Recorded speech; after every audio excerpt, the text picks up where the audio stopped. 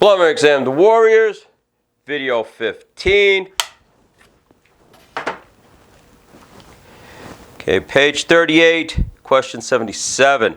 Which statement is true? Would be B. Waste piping can connect to a soil stack. Waste piping. Waste lines are lines that do not have fecal matter. Technically, I always have an issue with this because you say fecal matter, but then a urinal cannot be considered. If you just are piping out a urinal, that is still a soil line. Or at the very least, it's not considered a waste line. Well, if it's not a waste line, it's a soil line. Yet, my urine does not have feces in it, and yet a soil line is fecal matter. Regardless, soil line is taking the toilets and the urinals, predominantly fecal matter, human waste, but waste piping is taking everything except that. Lavatories is waste, washing machines, kitchen sink, all of that, waste lines. So we make that distinction in that the soil stack is the worst of it. So we want to be very careful about mixing and matching. All right, like let's say we have any discharge from a soil line or fixtures that connected to a soil line. We obviously could never use that as gray water. Gray water is going to come from waste lines, waste stacks, waste drains, etc. And we already went over the fixtures. What were they? They were the floor drain. They were the lavatory. Let's see. They were the clothes washer, the laundry tray, right? All non-fecal, all non-bodily waste discharges. Let's look at C. A sewage ejector can connect to a leader line? Absolutely not. We cannot mix sewage and storm. Some pumps can connect to a vent line. No, vent lines run air only.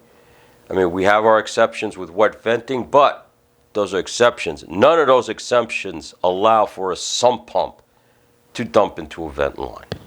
A vent line is air. Question 78. The purpose of an expansion tank in a hot water heating system is to allow for changes in the volume of the water in the system. Water is incompressible. So when you exert pressure on water, water wants to expand. It's already as concentrated as it's ever going to get. See, air, you can compress air and you can make it power your tools, you can make it do a lot of things. Water, no, you can never compress water. So when water starts feeling that it wants to escape, it wants to expand, like let's say you're heating it, heat makes everything expand, so water's going to want to expand with the heat, and you give it nowhere to go, it's going to destroy whatever container it's in. Man has yet to create a container that can hold ice. In other words,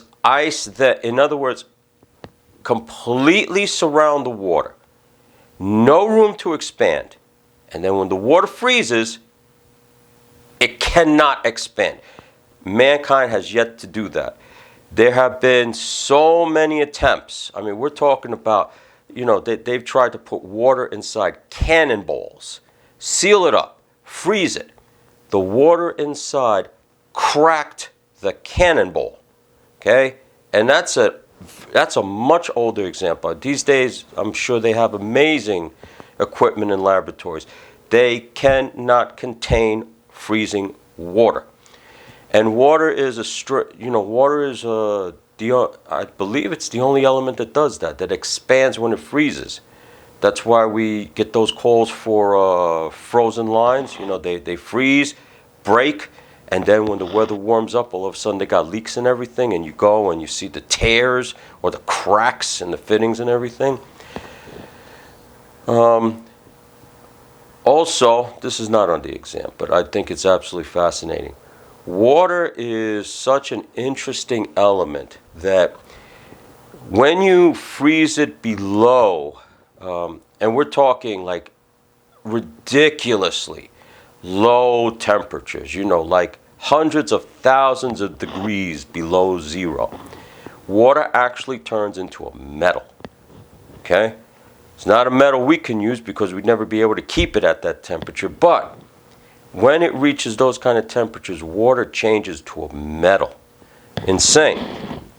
Regardless, the expansion tank, it's going to be that big. Well, these days in the hydronic system, they sell the little blue or white little metal-looking canisters or whatever, and you just screw them in near the boiler. It has a bellows in there, and it's pre-charged with air, usually about 15 psi. And all it does is when the water wants to expand, instead of breaking your pipes, it pushes against the bellows. You're good to go because the air inside, even though it's 15 psi, doesn't have a problem being compressed more. It's fine. Air can be made smaller and smaller and smaller. Air can be forced to occupy a smaller and smaller space. Water, never. 79. Curb valves larger than 2 inches shall be equipped with an operating nut at least 1 1/4 inch square. That's in the DEP water rules. That chapter will be, I believe we'll be getting that that will be chapter 11, the DEP water rules. Now, this is a very popular question. Why? The 1938 code, the 1968 codes, the ones that predate these codes based on the International Plumbing Code, they carried a lot of information that is now carried in the DEP rules and regulations. Some of that information was the size of the tap. Actually, that still is in here. A lot of that information was the size of the water hammer arresters. Here, curb valve information. This question here, they were specifically stated in the 1938 to 1968. Now, if they're not stated in the international, in our new codes, and the test maker doesn't really go heavily into the DEP water rules and regulations, why are we still getting questions like these? Because the test maker has access to all the old tests. And this is still valid. It may be a question from a very old test, but it is still, that's exactly what it should be. It's just in a different section, in a different rule book. You're still going to get questions about that. Air chambers. What was strange is that we must use manufactured air chambers now. You're going to see in the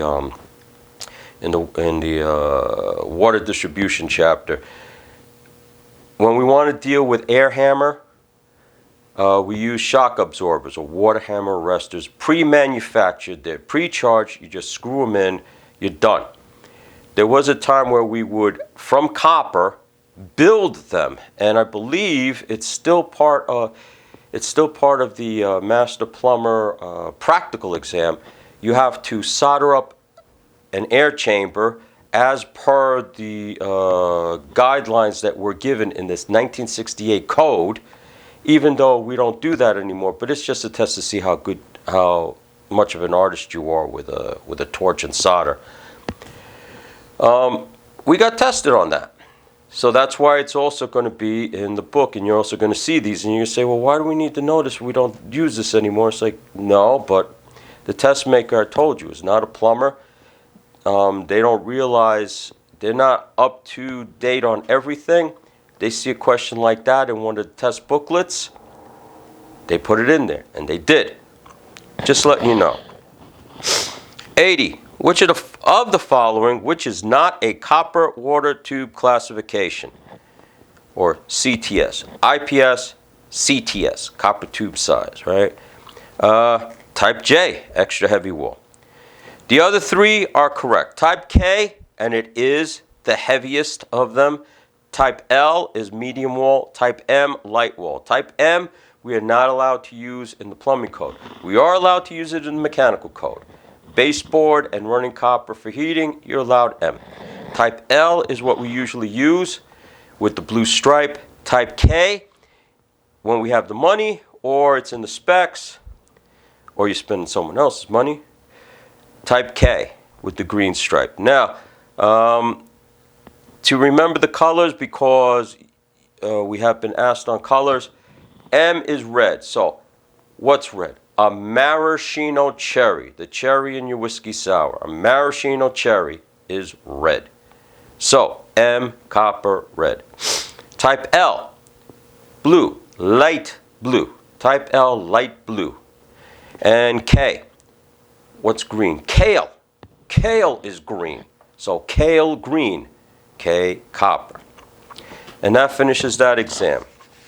And you'll see the answer key here, and this is going to be typical for all your practice tests. You'll see how you did, and once you get in the bottom, you'll rate yourself and see how you're improving, because you will be improving. Sometimes some tests will have new stuff and your score drops, but that's not a reflection on you. It was new stuff. You don't know it yet. You can't know something you don't know, correct? So we did this one. Before we move on, I wanted to do the other math problem. Let's go to, I want to find, let's see, it's question 33. So in the first test, let's go to page 9. We'll go to page 9. The book is, all the pages in the book are numbered sequentially. So, page 9 is before, there's only one page 9, because I used to have a different system, and for those of you that were dealing with the other system, after a while I realized it was a little cumbersome. Here, we start from page 1 all the way through. I mean, we end up like maybe with one, I'm waiting for the video where I say, all right, everybody, let's turn to page 1125, because, yeah, I think there's going to be a page 1000 something or other. I number them sequentially. But at least now, it's easy to find your way around, because if I say page 9, it's only one page 9, and you should be looking at question 33. This is a question on average, or more than average, everyone gets wrong the first time. I get it wrong every now and then when I'm not paying attention.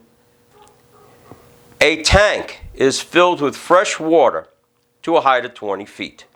Uh-oh, sounds like we're going to need one of those fucking formulas like a foot of water exerts 0.434 pounds at the base, or 1 psi will push water 2.31 feet. Well, yeah, you're right. It's one of those kind of problems. So you're on the right track. You're doing good. The pressure at the bottom of the tank is, we're using 0.434, right? Is how many pounds per square foot? Let's do the question. And I'm going to do it the way I do it when I'm not paying attention, and I make the mistake, and I look at the answer, and I say, what? What do you mean? And then I say, you dumb fuck. You fell for it again. And shame on you, because you've seen this question 4 or 5 times. But maybe you do better than me, and you see this the first time, and you don't fall for this trick. Okay, 20 feet. So, here's a tank, and by the time you're done with this course, you'll be good at drawing cylinders. Here's a tank, 20 feet high, okay? And they ain't adding any tricky stuff. But it's only filled halfway, so what's the pressure at the bottom? Which means whenever you find that, you'd either have to work with 10 or find this and divide by half. We don't even need to do that. There's no tricks here. Well, not yet. And the pressure at the bottom of the tank is, okay, so that means 1 foot equals 0.434 psi. Okay? You want to do 0.433, fine. I find 0.434 kind of gets closest to the most amount of answers you ever get, but 0.433 works also. You know, I just like 0.434. It's just easier to remember. There's a cadence to it. But anyway, 20 times 0.434 equals. So the pressure at the bottom is 8.68 psi. Is that right? Yeah, that's right. Got 20 feet. Each foot is almost half a psi, so 8.68 psi. Okay? And sometimes even before doing this, you could do like, just in your head. 1 foot is about half a psi, so you would just say, well, half of 20, 10 psi. You know that you're looking for something a little less than 10, right? 8.68. I'm feeling good about this. So let's look at the answer choices. What the fuck? Did they miss a decimal point in there or something? Do they mean to say 11.68, 12.48, 13? What the fuck is this? This is thousands of pounds. That just doesn't even make sense. I mean, it's like, well, look at the question. The pressure at the bottom of the tank is how many pounds per square? Oh, foot. Oh, per square foot. I found per square inch. They want per square foot. Don't I feel stupid now, right? So how would we find that? Well, an inch is an inch, so a square inch is a square inch. What's a square foot? A square foot is a foot by foot by foot by foot. So how many of these in one of these? Well, I'm going to tell you right now, it's 144. But what if you don't have that on the top, at the top of your head like that? Well, how many inches in a foot? 12. How many inches in a foot? 12. How do you find the area in a square foot? Well, you go this by this. So 12 times 12 will give you 144 square inches in a square foot. And now what do you do with that? Well, if one of these is this number, well, then this square foot must be 144 times that number, which that's exactly what it is. So I still have this in the calculator. So times 144 equals, my calculator says 1,249.92. The answer choice is 1,248. That's the best choice. That's the best one for you. Okay? 1,248. So the right answer was there. But if you were like me, or just about everyone else who hits this problem for the first time, you missed the part where it said square feet, right? Square foot, correct? So this test is more about than just knowing everything, because I'm pretty sure, and very good, you're supposed to, I'm pretty sure you immediately started saying thinking where you needed to go, or in the ballpark of what the information where you have to retrieve from your head with the, foot, pressure at the bottom of a foot of water, or height of water with, with 1 psi, blah, blah, blah. But you also have to pay attention to the test itself. The key was foot. So if we go to page 22, can you count suckers? Not all the time. Sometimes I mess up. You'll see that reading comprehension is also being tested in this exam, because you would have gotten the correct answer in real life. In real life, yes, it is 8.68 psi, but the test is asking you feet. Not psi, but PSF. All right. If we have time, we'll go over the first tests, but we completed this second test, so let's go on to the next section. The next section is the code in plain English. Call it permits and parley this time. So, page 43 is the first page. Let's go to page 44. Chapter 1 of this code in plain English, the basics. The basics is condensed and abridged from the 2022 New York City Plumbing Code, Chapter 3, General Regulations. Did I mention again that while you may not be asked directly on the exam, what code are we using? The test maker may not even know what code we're using, okay? You need to know that we are using the 2022 plumbing code and fuel gas code. Why? Because when you do very well on this exam, when you get an excellent score, the next thing that happens is you're going to start getting calls. You're going to start getting emails saying, we would like you to interview for this job and that job and this job over here and that job over there. That's good. Now, I don't agree with what happens sometimes. Sometimes they'll ask you plumbing questions. Now, I already took an exam. I don't need to be tested anymore. I already showed I know my stuff. But this is a job interview, so do you really want to pick that moment to start pointing that out or expressing your feelings on their hiring technique? That's probably not the time to start arguing with them. So, what's the best strategy? To answer their questions correctly. Okay, because there are going to be a lot of guys that don't answer the questions correctly, that don't even expect to be asked. What kind of questions do they ask? Luckily, they don't really mix it up that much. One of the questions they're going to ask, what is the current edition we are using of the plumbing code and the fuel gas code? And luckily, you're going to say 2022. Then they're going to ask, what is the most important part on a boiler? You are going to say the safety or relief valve. If they say steam boiler, safety valve. If they say hot water boiler, relief valve. If they just say boiler, safety or relief valve. And what is the most important, what is the best backflow prevention device? Now, if they say, what is the best backflow prevention? The best backflow for prevention, period, is an air gap.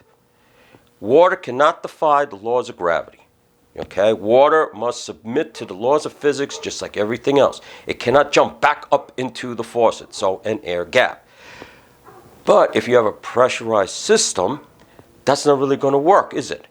So, you need a device. The best backflow prevention device is the RPZ, the Reduced Pressure Zone Backflow Preventer. Those three questions, without fail, are favorites. I'll go over a few more as we go along or whatever, but I figure I'd just take time now since I said 2022 code. It's like those three items. It's a little early now. It's like we haven't even taken the test yet, but before you know it, you'll be in the interview room, and you'll be happy that you kept that in mind. You'll give them the answers and everything, and it's one less reason for them to fuck with you. Because you know what? You got the damn list number. Give me the fucking job already, okay? There's laws surrounding all this shit.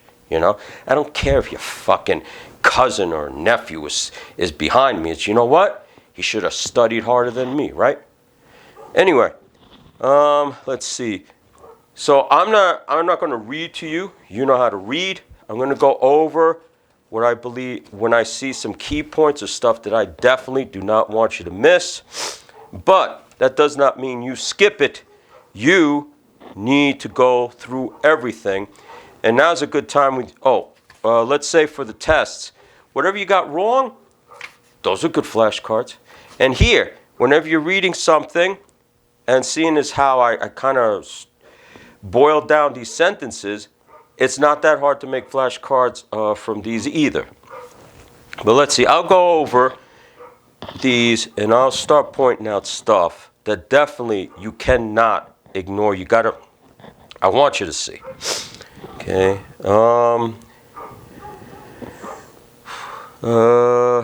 Okay.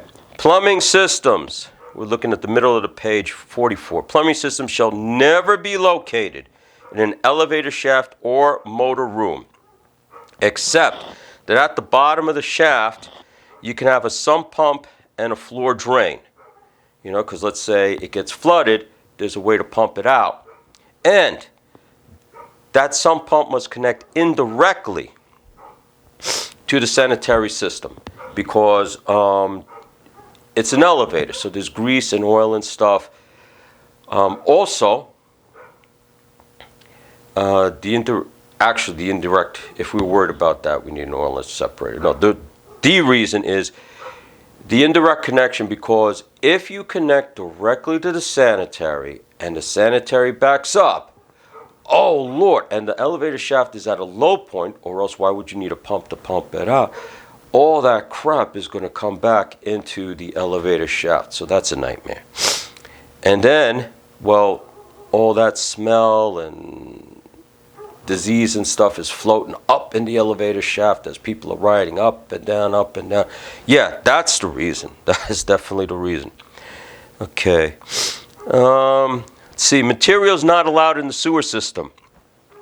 Ashes, cinders, or rags. Ashes and cinders because they mix with water and become acidic. Rags because, well, rags clog up everything. Flammable, poisonous, or explosive liquids and gases. Yes. Oil and grease kind of goes in the same item. That's why we have interceptors and separators for them. Any insoluble material capable of obstructing, damaging, or overloading the building drainage or sewage system. Yep. Stuff to clog it up. Any insoluble material kind of seems to fit with 4, but I guess they're meaning like don't pour liquid, don't pour water laden with plaster in it, or like you've been washing out the buckets. I did that once. I washed out a bucket I had plaster in and didn't think to leave the faucet running, to keep it running. In about a half hour, the sink didn't work. I take the trap apart and it's like, there's no way I can chop that out. You got to replace the whole trap. So, 6, anything prohibited by the DEP. All parts of a plumbing system shall bear manufacturer's identification and reference standards markings. Let's see. All plumbing products and materials shall be third-party certified. Plumbing systems should not allow rodents to enter structures. This is why we don't want dead ends. Dead ends is anything you terminate at a distance 2 feet or more with no intention of ever opening it up again. It's not extending a clean out. It's not for future fixtures. You just end it. Rats use that as a condominium. Rats can swim through traps, so traps don't stop rats. Openings in strainer plates shall not be larger than 1/2 inch dimension. Notice I never leave a number. I never leave a number not bold, because this is a test of numbers. Let's see. Openings made for the passage of pipe shall be suitably closed and protected. In here, it's more for vermin, rodents, infestation. In the fuel gas code, it's for fire. Okay, because you send a pipe through, you leave an opening. That's air that fire can use to travel from one room to the other quickly. Let's see. All pipes passing through concrete, cinder, or other corrosive material shall be sheathed, wrapped, or protected in some other manner. So don't pour cement onto bare pipe. It's going to eat it away. Covering shall be at least 0.025 inches thick. I approximate it for you. It's about 1/32 of an inch thick. So half as small as a 1/16 of an inch. That's very, very tiny. Pipes passing through or under walls shall be protected from breakage. You can use an arch or you can use a pipe sleeve. The sleeve is going to be 2 sizes larger, and that's commercial pipe sizes. So for the smaller sizes, it's not that big. For the bigger sizes, where now we jump 2 inches at a time, yeah, you're going to have to use a 12-inch pipe to sleeve an 8-inch pipe. Let's see. Page 46. Exterior water supply piping shall be installed at least 4 feet below grade. 4 feet below grade. The water service, as per the DEP, will be 3.5